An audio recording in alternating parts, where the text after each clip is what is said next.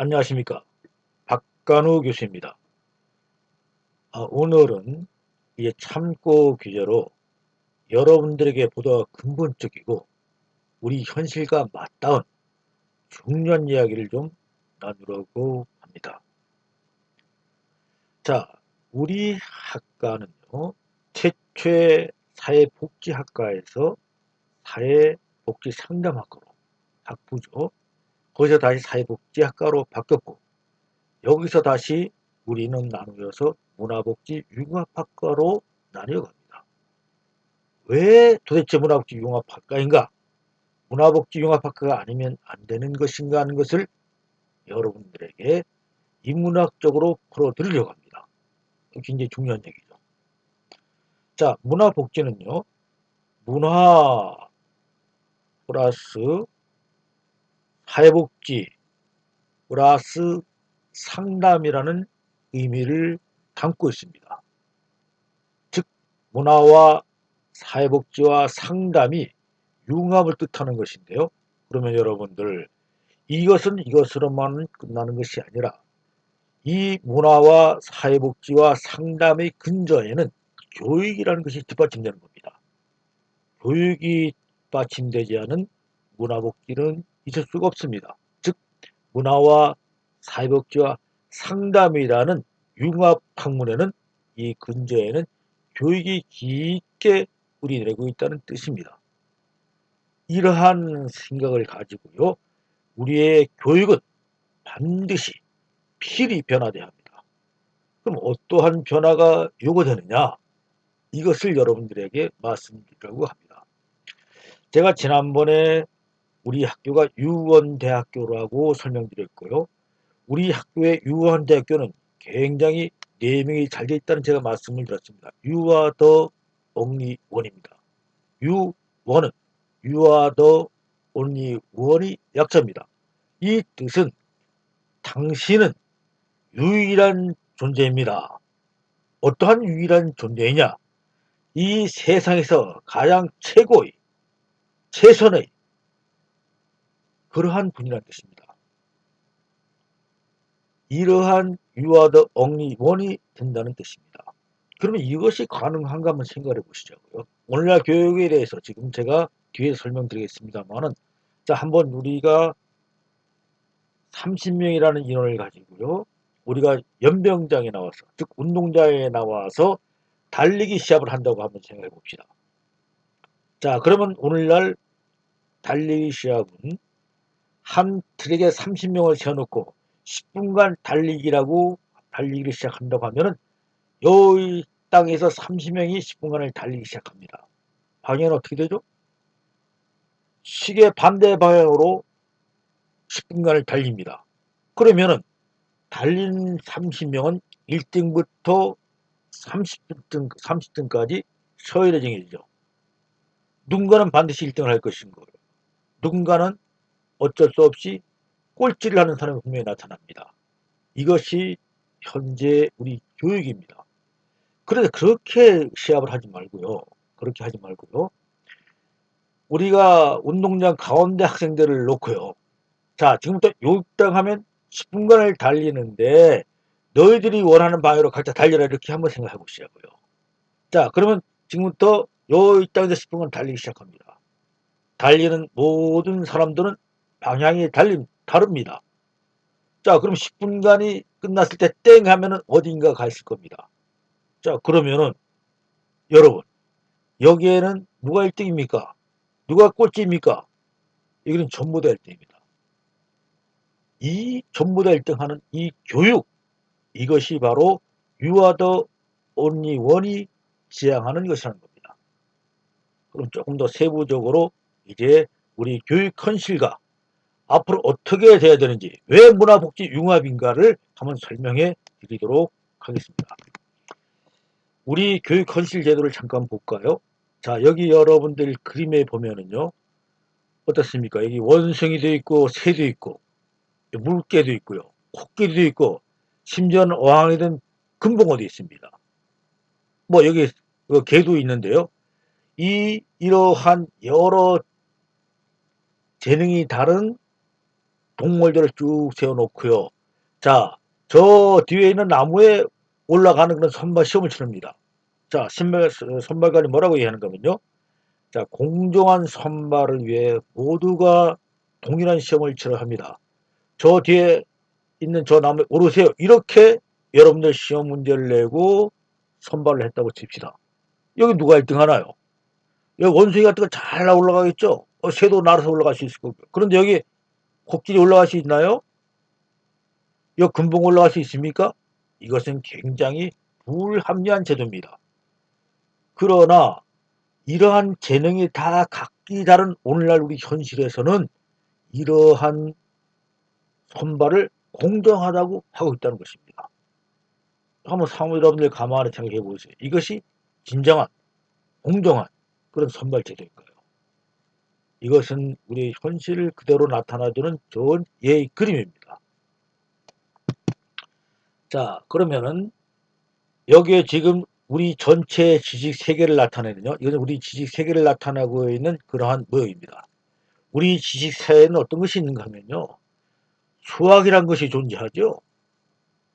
음악이라든가 악기라는 예술이 존재하는 겁니다. 즉 미술도 존재할 수 있고요. 또 우리가 노래를 하는 사람도 있을 것이고요. 체육을 하는 여러 체육 운동 경기도 있을 것이고요.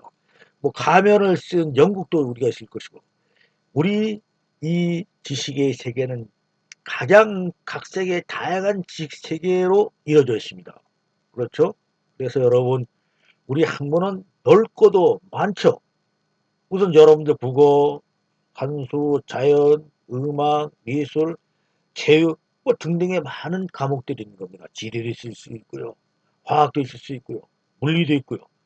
우리 지식 세계는 많은 것들을 포함돼서 한 세계를 이루고 있습니다. 그런데요. 자, 우리 인간은 어떻게 됐습니까? 사람은 각자 다른 장점을 가지고 있죠. 즉 재능이 다르다는 뜻입니다.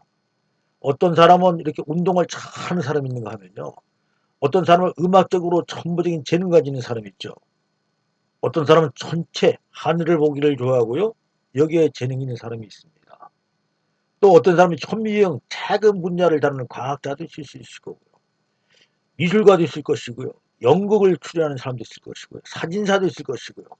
이 사람들은 모두가 다른 장점과 재능을 가지고 태어나는 겁니다. 이건 여러분 인정하시죠? 여러분 한 사람 한 사람도 그렇습니다. 저 사람은 A라는 것을 좋아하는 반면에 내 친구는 B라는 것을 좋아하는 겁니다. 사람은 각자가 자기가 가지고 있는 재능을 갖고 태어나고 또 그것을 갖고 있다는 것입니다. 그런데 우리의 현재 전통적인 교육 제도를 한번 생각해 보시오. 자, 각기 다른 재능, 잠재력을 갖고 있죠. 요 나타낸 잠재력을 아주 극명하게 그려놨는데요. 잠재력을 갖고 있는 사람들을 이러한 학교라는 장한 틀 안에 멀리 떨어져서 울타리를 쳐 있는 학교 틀 안에 박스로 밀어넣습니다. 이 세상은 넓고 할 일도 많은데 요 작은 틀 안에 한정된 장소에 또 한정된 스승과 선생 있는 곳에 집어넣어놨다 하는 겁니다. 이것이 우리나라 전통적인 교육입니다. 그럼 이 전통적인 교육에서는 어떤 것이 이루어지고 있는가 한번 보시자고요. 자, 내가 좋아하는 것, 내 재능, 또 나의 어떠한 포부나 나의 장래희망 모든 것을 일단 적어두고 학교라는 틀 안으로 들어가는 것이죠. 이걸로 전부 다 밀어넣습니다. 어디로? 작은 공간 학교라는 곳으로 지금 들어갑니다. 학교는 뭐 작은 박스나 다름없죠. 자, 그럼 이 전부 들어갈 때 어떻게 되느냐? 이렇게 되죠. 여 사회는 통통 비었고 우리 젊은이들, 특히 공부하는 학생들은 전부 다 이러는 학교 틀 안에 옹기종기 모여 있습니다. 그럼 이 안에서는 박스만 있나요? 여러분, 이 박스 안은 굉장히 삶이 복잡한 듯 보이지만은 개인의 독특함은 없습니다. 공통적인 삶입니다. 여기서 무엇을 하는지 아세요? 여러분 빵 공장 보셨죠? 빵은요 똑같은 곳에다 앙꼬를 똑같이 넣어서 똑같은 기계에 넣어서 틀에서 만들어 찍으면 똑같은 모양으로 나옵니다. 즉 그러한 현상이 나타난다. 그런데 그럼 그런 현상만 다 나타나냐? 박스냐 피라미드라는 것을 봐야 돼요. 우리 학교에서 그냥 공부만 가르치나 하면 그렇진 않죠. 학생들에게 공부를 가르치지만은 이 학생들을 분류합니다. 어떻게 분류하느냐? 이렇게 분류하는 겁니다. 너는 훌륭해. 너는 보통이야. 너는 별로야. 자, 훌륭하고 보통이고 별로인 것에 여러분들 우리 상대적 평가는 퍼센트를 주죠. 그런데 이 사람들은 자기 재능이나 또는 자기가 좋아하는 것 이거 전부 다 버리고 똑같은 것을 국산자 사 이런 것들을 공부했다 이겁니다. 그러니 같은 교수 밑에서 같은 선생에게서 학생들이 같은 교육만 받아와서 자기의 재능을 도외시한 훌륭하고 보통이고 별로인 평가를 받고 낙인을 찍히게 된다는 것입니다. 이거 안 될 말이죠. 이 교육 방법은 지금부터 한 200일 전부터 우리 자본주의 시대가 도래되면서 오늘날 현대와 같은 학교가 생겼고요. 이 학교는 왜 어떤 목적으로 만들어졌느냐? 훌륭한 좋은 조건의 노동자를 양산하기 위해서입니다.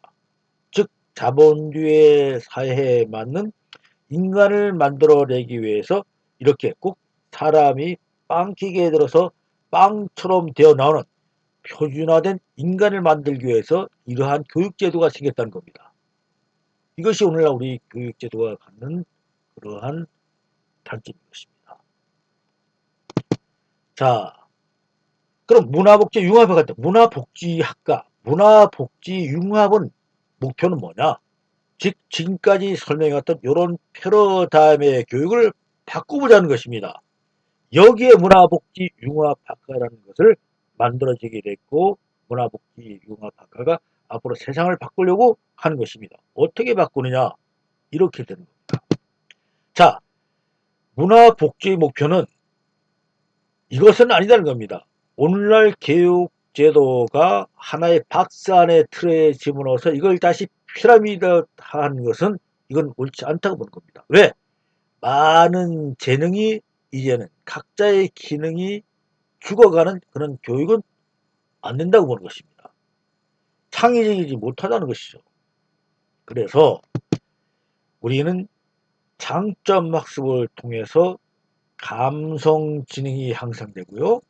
성공적인 삶의 중요한 기반이 될 수 있는 교육을 하자는 겁니다. 이제 이것에 끌어내서 우리는 자기 각자가 가진 재능을 공부할 수 있도록 순환시키자는 겁니다. 자, 우리는 사회복지학과이지만은 우리가 문화활동을 또 배우게 되고요. 또 상담까지 해서 인간의 성숙된 일들을 이뤄나가는 이러한 인들로 순환시켜보자는 겁니다. 학교 하나에 머무르지 않겠다는 겁니다. 장점을 꺼져면해서 이 장점을 한 사람 한 사람 살려나가는 길로 나가보자는 것입니다. 그래서요, 기존 교육이 이렇게 피라미드화되어 있고 박산 속에서 우리 개인의 재능이나 창의성이 도외시되었다면 문화복지융합학과의 교육이라는 것은 이런 피라미드에서 떨어져 나와서 서로의 재능을 살려주고 이 재능을 통해서 자기 삶에 도움을 주는 교육을 시키겠다는 겁니다. 그래서 이 박스에서 나와서 우리 사회 전체가 가진 재능을 제대로 발휘할 수 있는 교육으로 나가서 그야말로 You are the only one이 교육을 하는 것이 바로 문화복지융합학과가 꿈꾸는 그런 것입니다. 자, 우리가 문화복지융합학과를 만들 때 그냥 만든 것이 아니죠. 어느 철학적 기반 하에서 어떠한 목표를 가지고 어떻게 이끌어 나가느냐 하는 것에 대해서 만든 것입니다. 자, 이것은요. 앞으로 시간이 얼마나 걸린다는 것은 제가 장담할 수 없지만은 우리 현재 교육제도나 교육들은 반드시 제가 지금까지 설명해왔던 문화복지 융합적으로 교육이 바꿀 수밖에 없는 것이고요. 그렇게 바꿔 나가는 것이 옳은 길입니다. 그렇게 바뀔 것입니다. 내가 더 많은 예를 들었으면 좋겠는데요. 이것이 우리가 문화복지 융합학과로 갈 수밖에 없는 이유이다 이것입니다. 그리고 우리 학교가 유아도 엉년 유원대학교의 목표에 부합되는 교육이다 이것이고요. 우리는 작지만은 이 걸음을 걷겠다는 것입니다. 물론 이것이 어떠한 철학적 기본이나 모든 교수님들이 갖고 있었다고는 생각하지 않지만 이제 우리 교수님들도 이것을 이해해야 되고요. 또 이것을 실천해야 되는 것이며 우리 학생들도 문화복지융합학과가 가는 길은 저기로구나. 이제 우리가 저렇게 변하겠구나 하는 것들은 본인들이 생각을 해야 된다는 것입니다. 그래서 제가 오늘은 조금 더 우리 문화복지융합학과가 나가는 길에 있어서 어떻게 나가야 할 것인가를 여러분들에게 설명하는 기회를 가졌습니다. 그래서 오늘날이 세상은 마을 단위 또는 도시 단위로서 학습 공동체로서의 도시를 꿈꾸고 있습니다. 자, 그래서 저는 이제 영동에서 아산 시대를 맞이하면서 아산과 천안의 학습 공동체 도시로서의 여러 가지 지역의 이점을 충분히 살려보려고 합니다. 그래서 도대체 천안과 아산은 우리 문화복지 융합학교에 어떤 도움이 될 수 있는가를 저는 유심히 살펴보고요. 우리가 활용할 수 있는 이러한 공동체 도시 속에 들어갈 수 있도록 그렇게 노력해 보겠습니다. 우리 삶이라는 것은 우리가 사는 것은 교육도시 즉 커다란 학교로서의 도시를 형성해야 된다고 보는 겁니다. 좁은 공간이 아니라 넓은 공간으로 끄집어내서 여기에서 우리의 재능을 충분히 살릴 수 있는 그런 교육의 전환 이것이 바로 급선무가 된다는 의미입니다. 여러분 제가 여기에 마지막 결론처럼 써놨는데요. 아무리 지식이 뛰어나고 우수한 기술을 보유하고 있어도요. 태도나 행동감이 부족하다면 여기에 물이 고이지 않죠. 이 그림처럼 태도가 부족한 사람에게 어떠한 방법으로 우수한 지식이나 또는 기술을 고청한다 해도 이 태도에 의해서 성과는 좌우되는 것입니다. 그래서요. 태도가 되어 있는 사람에게 일을 하는 기술이 부족한 조직원도 있습니다. 이런 불의 조직원들은 기술에 의해 성과가 좌우되죠. 기술이 부족해도 마찬가지다 이런 뜻입니다. 물론 바닥에 구멍이 나 있다면 즉 행동이 뒤따르지 않는다면 이 바닥은 좀 행동입니다. 여기 구멍이 나 있다면 물이 고이지 않죠.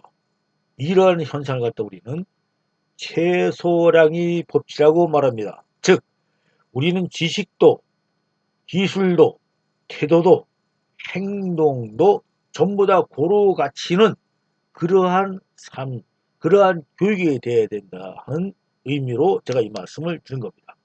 최소량의 법칙이라는 것을 여러분 잘 우리 마음속에 깊이 두고요. 우리는 전인적인 그런 교육으로 나가야 한다는 것을 제가 깊이 강조해 드리는 것입니다. 자, 여러분 수고 많으셨고요. 이제 다음 교육 시간에 다시 여러분들 뵙도록 하겠습니다. 감사합니다.